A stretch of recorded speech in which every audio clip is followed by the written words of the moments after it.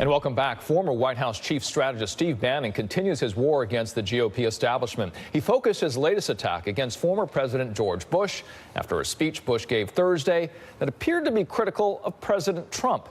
Bannon had this to say. Take a listen. President Bush, to me, embarrassed himself.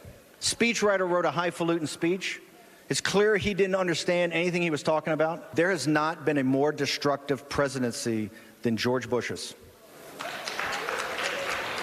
Despite being a lightning rod for controversy, Bannon continues to enjoy the president's support, even while Trump tries to work with the very establishment Bannon is attacking.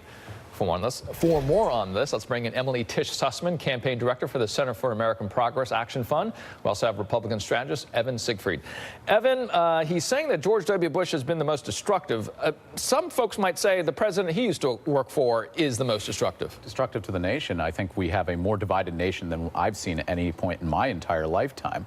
I think that we have more Americans at each other's throats and being angry at one another than we've ever had. What Bannon is doing is he's saying, here are the problems, and he's finding real problems. People are frustrated about the economy and how they haven't had their wage growth that they want, but he's giving scapegoats. It's the establishment who is to blame, and they're turning, as Kevin Williams said in the National Review yesterday, he's turning people in the conservative movement against people for being smart or successful and saying that's not something you want to be, and that's very dangerous no matter where you do that. In the old days, the old bumper sticker messaging, if you will. When you look at this, Emily, does the energy that Bannon does bring on the right, does it worry some on the left that he will be able to peel away some voters? Some saying, no, he's not. He's just reinforcing what they already have, the 38% or the 37%. Yeah, I don't think there's a real worry from a political perspective from the left. I think there is a worry for the sake of the country. I don't know that the Republican Party is strong enough to stand the attacks that he continues to perpetrate. What we do see him going for with this attacks against George Bush is very similar to what we've seen from President Trump through the entire presidency. When something gets pointed out that he is failing on, he distracts. He goes right to a culture war. He tries to bring out people's emotions so they don't notice what he's failing on. Every single time. We've seen it in the last couple of weeks, even with the fact that he was failing on helping the people of Puerto Rico. He starts bringing up NFL protests, right? Like he goes to something that he can't control to distract every step of the way. And that's exactly what Bannon is doing. He's saying, you know, he's distracting, talking about Bush. But what he's really concerned about is something he should be concerned about, is that the American people as a whole right now are looking at the Republican Party and saying, can you govern? We gave you the presidency because we believe this is someone who could, a lot of people believed he was someone who could break through the bureaucracy. We gave you the House, we gave you the Senate.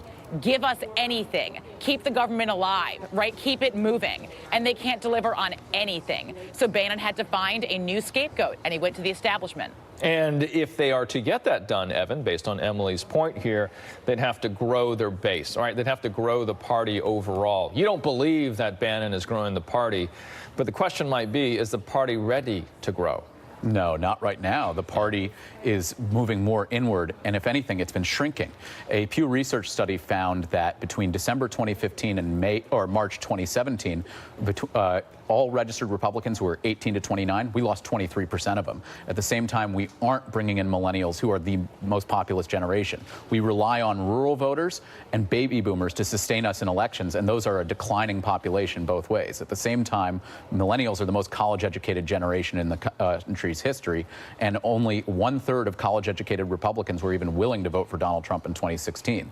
Millennials see what's happening with the Republican Party, and they say, we don't want anything to do with it. It's a party that is racist, intolerant, and doesn't work well. While the Republican Party, in my belief, has wonderful policies that can actually solve problems, we're not talking about them. We're having these fights. Yesterday, when Bannon gave that speech to the California GOP, he mentions McCain and George Bush. They get booed. Somebody yelled out traitor and hang them. That's not a party anybody should really want to go to, if you ask me. George W. saying casual cruelty is not what we want for this country right now, and you're alluding to some of those ideas potentially here. Emily, on the flip side, on the left, who is that Bannon? Who is the one that is creating a new energy? In the case, which I think the two of you agree, Bannon, not good, but who would be good on the left that has the same sort of energetic spine, if you will, of the new left?